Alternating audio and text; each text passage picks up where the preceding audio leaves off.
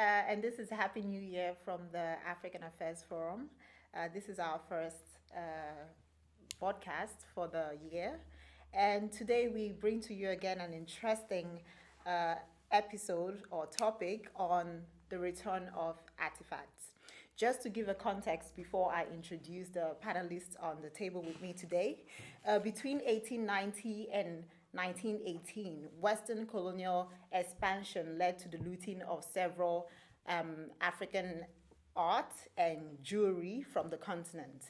And these collections are now found in natural history museums, art museums, and private collections in Europe and the United States.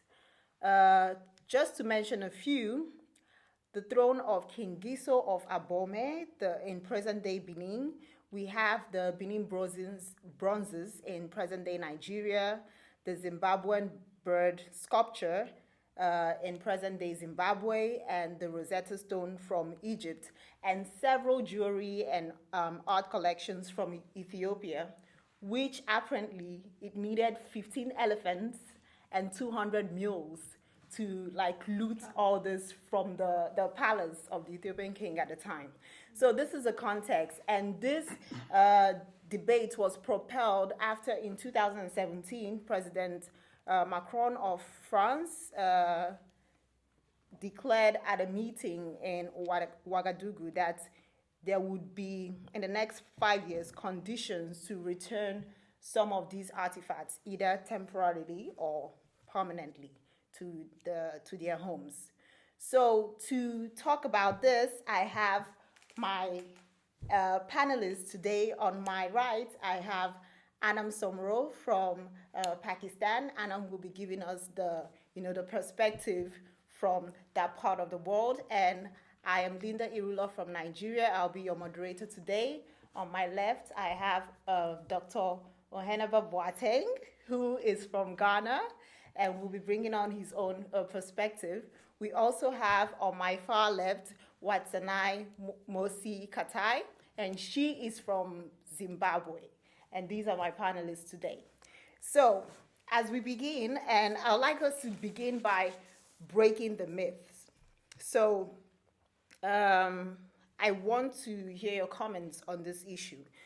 A statement was made by Didier Rigner, the managing director of La Tribune de l'Art in France, and I quote, "They became works of art in museums because Europeans said it's art.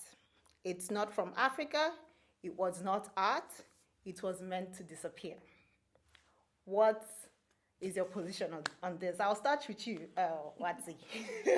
Yeah, I think those comments, they're sad and they're reflective of a greater mentality in the art world, that African art is not art until a European declares it so.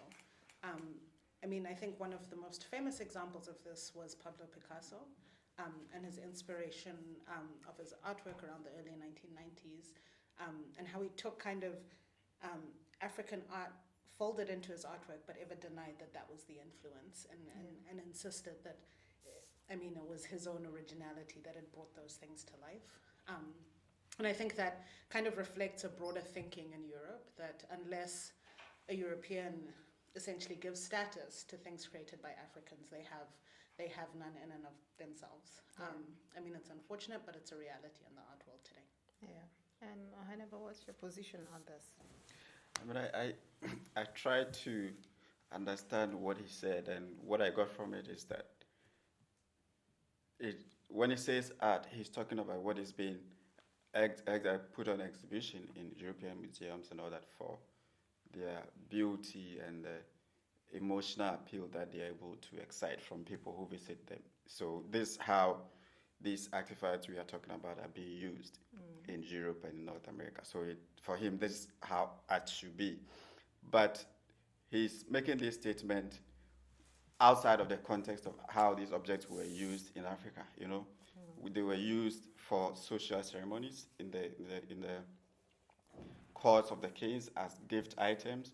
So they were not necessarily put in museums for people to see and observe and have this excitement. So the statement that they were not art is completely irrelevant because it doesn't speak to how they were being used in Africa, right? So it's very ignorant for him to say that they were meant to disappear, as if they had no use when they were in Africa, you know. So it's either he's just ignorant or he's willingly being, just he's willingly putting out this really, this, I'm trying to find a nice word, but uninformed, you know, Yeah. information about this artwork, right? Yeah. It's like I steal something from you, and I tell you that, oh, you had no use of it. Meanwhile, I stole the thing from your house, from your room, you know, and then I turn around to say that this item became important or useful only because I have been the one using it. It's just, as what he said, it speaks to a certain mentality that lays behind all these kind of discourses that we're having. Yeah, but it's unfortunate because he's not the only person who thinks this way. And when I heard this statement, it was clear to me that he was trying to say that when these things were made, Africans did not know that they were creating art. Like it was because the Europeans came and declared that these are worth showing or exhibiting in museums, and this is why it's art today. And that's why you even feel like you have a right to, you know, some artifacts. And it makes me wonder, and Anam, I want to bring you in here on how this speaks to, you know, the current debate or discourse on who wields the power of knowledge. Yeah. I have to ask, I think first that when was this statement made? Because to me it sounds something like what would have been said maybe in 1910 or something. It was made after Macron declared that there should be restitution, so like Right, so- 2017 or so. Right. Okay. Yeah. And, you know, on that basis, what I think I do want to say is that this statement, yeah, it strikes me as completely insincere, first of all, because, you know, it does not tell us anything about why this so-called art, even if we say, okay, it's art or whatever status we want to grant these artifacts, right? It doesn't tell us anything about why it should be located in a European museum, right? So what stops, for example, you know, Europeans to share their conservation and preservation knowledge with poorer parts of the world and, you know, set up institutions there where, you know, people can access parts of their own history, for example. And, you know, again, the question about what sort of value you want to put on these artifacts. I know, for example, in Bangladesh, there's this ancient, you know, remains of an ancient like civilization, and it's made out of bricks, the structures that are there. And there has been, you know, for many years now, this controversy around it because it's a heritage site, it's a World Heritage Site, but the poor locals of that area, they loot the bricks to make houses for themselves, right?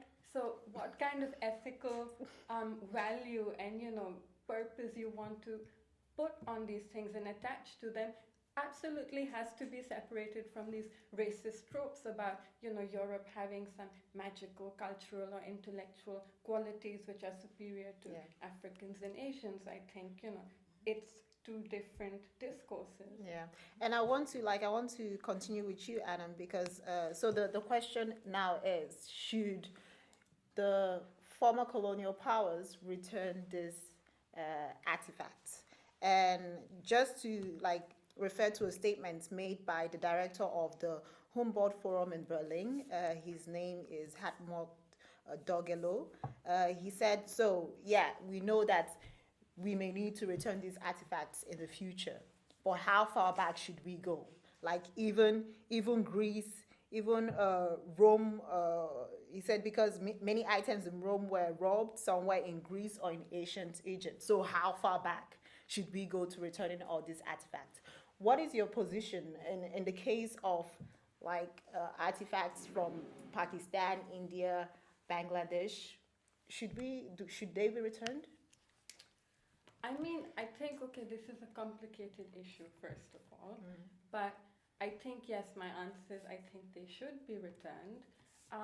And I think there's many different levels this conversation can take place on. And I would say, you know, just like to begin the conversation, I would say, okay, we are told, right, that this is about like the cultural heritage of humanity, for example. A lot of these artifacts, that's how the justification for why they should be in European museums is presented.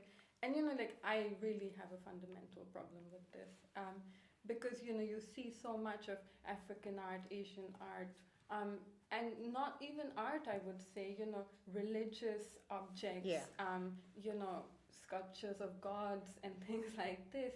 You find them displayed in these like boxes and cages in European museums, and the history that is then transcribed on top of all of this is also usually a very Orientalist history, and it's just a question of who has control over the narrative. And I feel, well, I'm deeply not comfortable with the former colonizing powers, and even today the colonizing side to continue to tell us what our histories were, for example. And I think I would also like other people to contribute to this, but that's like on one level. Then I think there are other levels where you can have this conversation, but let's hear from others. Yeah, and talking about like emphasizing more on what Anam said about where these artifacts come from. We know that most of the artifacts from Ethiopia, for instance, came from the Orthodox churches that they had at the time. So these people don't know like the religious connection that regions have to these artifacts. So what is your position on this? Like, is it problematic in the case of Africa as well to return these artworks? Yeah, I mean, I think it's complicated, right? Is the short answer. I think, like, as you're talking about the different levels, I think one of the other levels is thinking about the purpose art serves. And if you're looking primarily from a consumerist capitalist perspective, like art is there to make money, right? Yeah. And the benefit that we can derive from either exhibiting the art, selling it to private buyers, that's where the value comes in. And I think when we're again referring to that quote that you mentioned earlier, that's very much the perspective that unless we can ascribe a monetary value to it, it's not considered art. And I think that's where already the conversation breaks down, because from an African perspective, as Ohinaba pointed out, there were beautiful objects that had a different purpose apart from being sold, right? They were there to either serve a religious purpose, they were there to serve a cultural purpose. They were either, potentially some of the artifacts were there just to be seen, and that's okay, right? It wasn't, the consumerist perspective was not the primary driver behind why those artifacts were there and were created in the first place. And I think being able to understand that those are the different perspectives that are being that are coming into this conversation is necessary, right? Before we can think about, okay, so should they go back or shouldn't they? Because at the end of the day, the value that African countries will derive from these objects might not necessarily be the same value that Europeans derive. And we need to understand that that's just the case. Yeah. Now, when you want to talk about, okay, so should it definitely go back or shouldn't it? On a very humanist level, there were things that were taken from people, and it's good to give things back if they were stolen. That's very simple and very straightforward. When you add the money component into it, it becomes a very different conversation. So then how do we potentially compensate people who feel like we're giving up something that gives us monetary benefits? How do we then get those benefits later on in the future, and is there a possibility for an exchange? I think that's where the complication and the conversation comes through. And then finally, if you talk about the idea that the artifacts potentially could be better catered for here, or the institutions and the preservation services in Europe are much more advanced than other parts of the world, you're also essentially saying that different cultures do not need to benefit from their history, that they don't need to learn about their cultural background, that they shouldn't have access to things that were part of their history at their fingertips. And I think that's even more problematic, right? Yeah. When we're talking about the artifacts should stay here, that means that Europeans should be the custodians of African history, and they should be the ones to tell that story, which is a really big problem. And I think whether or not the artifacts can be looked after on the continent, it's up to Africans to be able to tell that story and to narrate it in a way that makes sense for them using the objects that were a part of that history. Yeah. Oheneba, I want you to come in here, but I want to emphasize on what Watsi has already said on, this argument about, like, we do not have the institutional capacity to, preserve and exhibit this artifact. And, the Julian Flank of Flag Gallery also made the comment about, like, okay, we're returning these objects, but who are we going to return it to? Africa doesn't have the capacity to take care of these artifacts. So while you chip into the conversation or should it be returned, I'd like to hear your position on, like, what should we from our position do to prepare ourselves for the collection of these artifacts? I think it's important for us to study this object closely and look at first what kind of material were they made of and where were they made. These materials were from Africa. They are made from materials that were either grew up or created in African conditions. Yeah. And they had stayed in Africa for hundreds of years before they were actually taken out of the continent. Like the birds from Zimbabwe, for instance, were from the 12th and 13th century. Yeah. And they were taken, I think, in the 18th or 19th century. Yeah. So 700 years later, right? Though the Benin brass, they are called bras, but they are actually made of brass. Yeah. Objects were taken. They were from the 16th century, but they were taken from the 19th century, Yeah. right? So they survived 300 years before they were taken, right? So it's not as if these items are made of like ice or something that are going to melt when they get to Africa or anything like that, They were made perfect for the conditions and they were kept there hundreds of years before they were taken. And if you look at the broader history of humanity, these artifacts actually they have spent much of their lives in Africa, much more than they have spent in Europe. They've been in Europe for maximum 120 years, So in history, in historical terms, it's a very short time. So let's disabuse our minds of this idea that once the items get to Africa, they're going to disintegrate, they're going to vanish, or some monsters are going to pass of them, and I mean, it's I really agree, but so we should. Yeah, I don't think this. I get the point or the concern some people raise that maybe in places of the continent where there's some violence, right?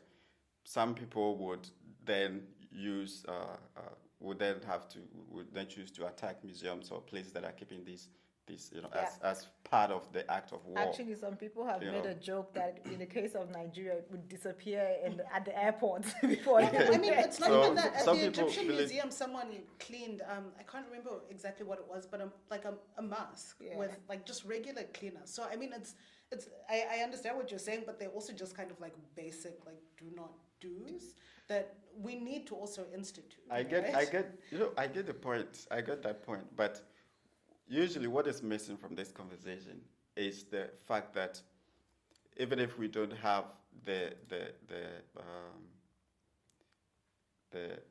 materials or the institutions to keep them, this is something that we can build, right?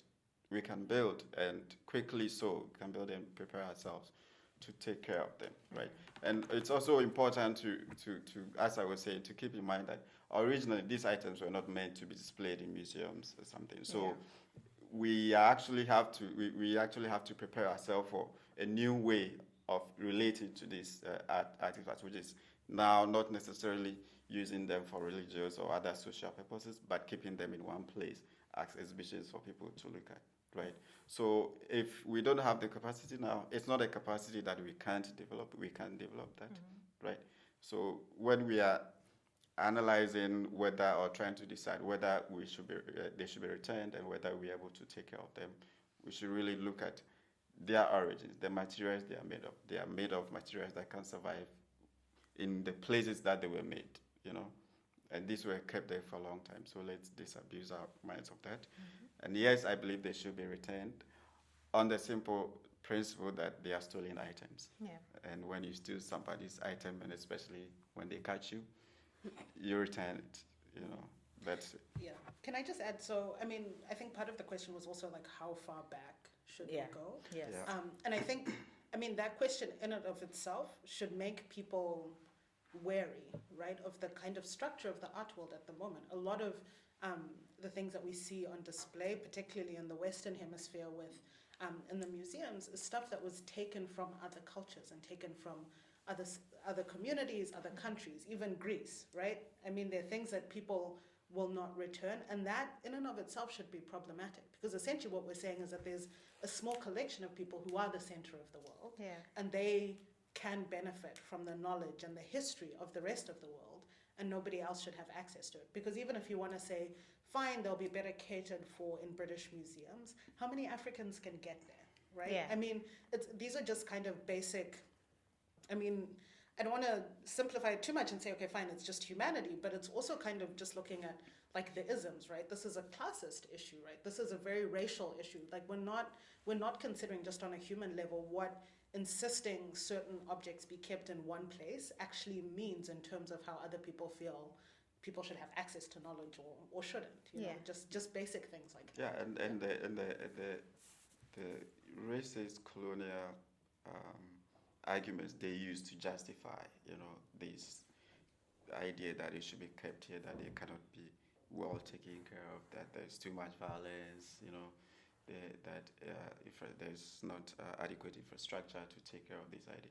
These are all coming from the idea that African countries, Asian countries are underdeveloped and probably will never develop. So these items should never, go there.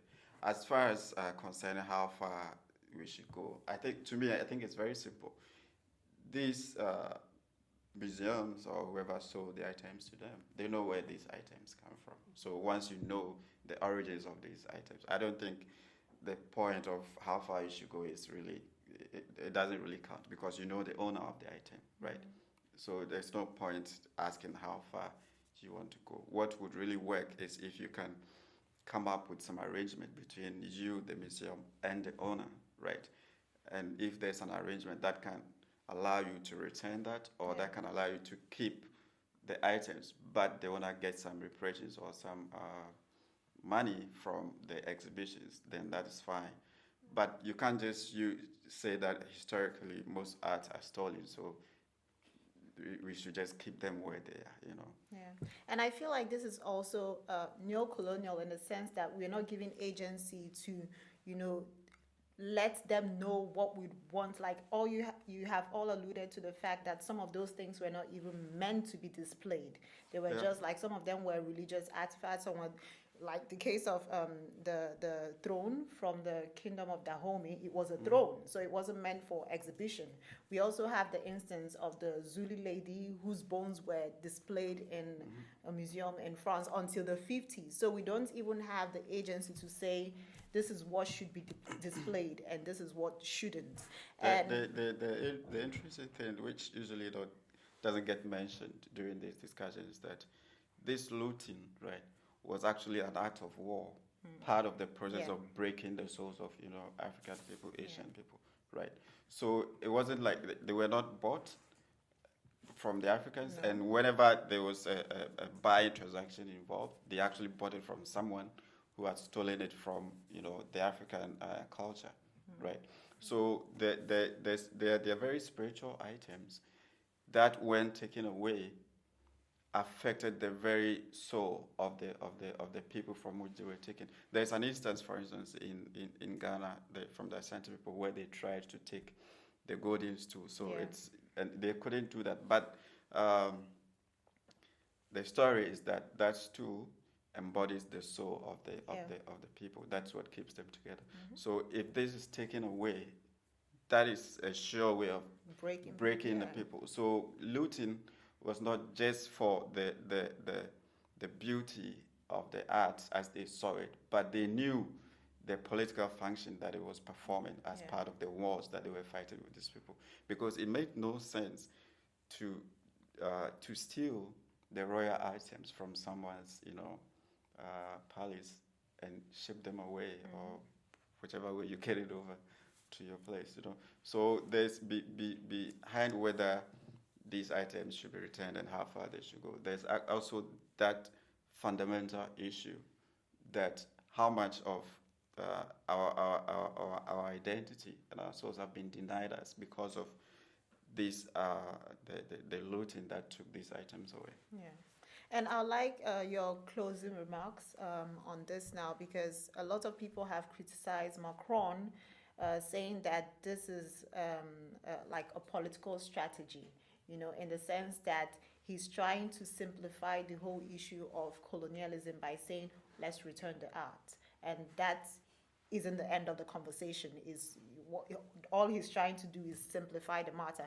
And people have, raised the question of, okay, you're returning the art. What are you going to do about France's ties to Francophone countries and like the presence of troops in all these countries? So, like, do you think that, former colonial powers should do more in terms of, their presence or relations with colonies, former colonies? And what's like your concluding statement on all this conversation? I mean, yes, in answer quite straightforwardly to your question, yeah, absolutely. I think former colonial powers have still a great degree of responsibility in the form of, reparation and damage restitution that they have, inflicted upon the colonized world. And, it's a material thing, like Oheneba said, it's an erasure and denial of our history. It's a rewriting of that history. It's, it's material, it's spiritual, it's, about our national identities.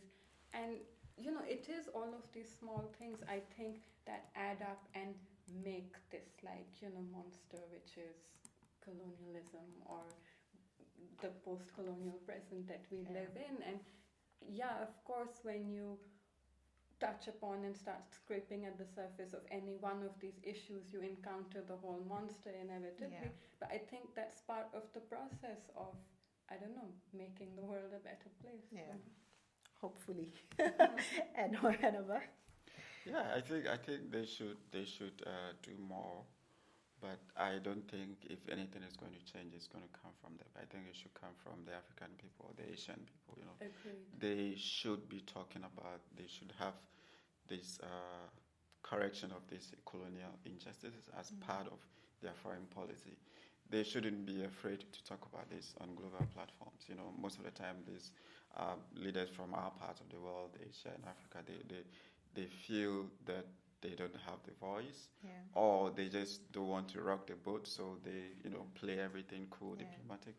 But if you are going to really achieve any foreign policy aim as a post-colonial state, I think this should be part of it. Making sure that the injustices of colonialism that actually still affect the people should be corrected. And there's no better platform to raise these issues than when you encounter a former colonial power. Thank you. And Watsi? Yeah, I mean, is it a political strategy by Macron? Absolutely, right? There's no doubt. And I agree there are other issues to be addressed. But I mean, we have to start somewhere. And I think, you're both absolutely right. Like, first, we shouldn't be afraid to ask for what's ours, and demand that it be returned. I don't think there's any harm in doing that and actively weaving that into our policies. I think that makes perfect sense. But we also shouldn't shy away from the fact that it's going to be hard work, and it's not going to come easy. But I do think that the cultural issues around African identity can often get swept under the rug in the face of development challenges, in the face of economic challenges. But I do think that this is one of the most important issues as the continent kind of figures out where it wants to be in 50 years. And I think being able to mold an identity that's prouder and steeped in its cultural history, this is a key element of it. We really do need to prioritize that and ensure that we have autonomy over the things that are part of our history, but also that can give us some sort of grounding as we move forward. Okay, so if I'm to summarize this, I would say it's about us as the former colonized to consolidate our agency more. The conversation will continue, and I'll ask our audience to follow our Facebook page and YouTube channel on African Affairs Forum. And Macron has just kick-started a conversation that is going to continue for a long time, so let's see how it develops. Thank you, panelists, for joining us today.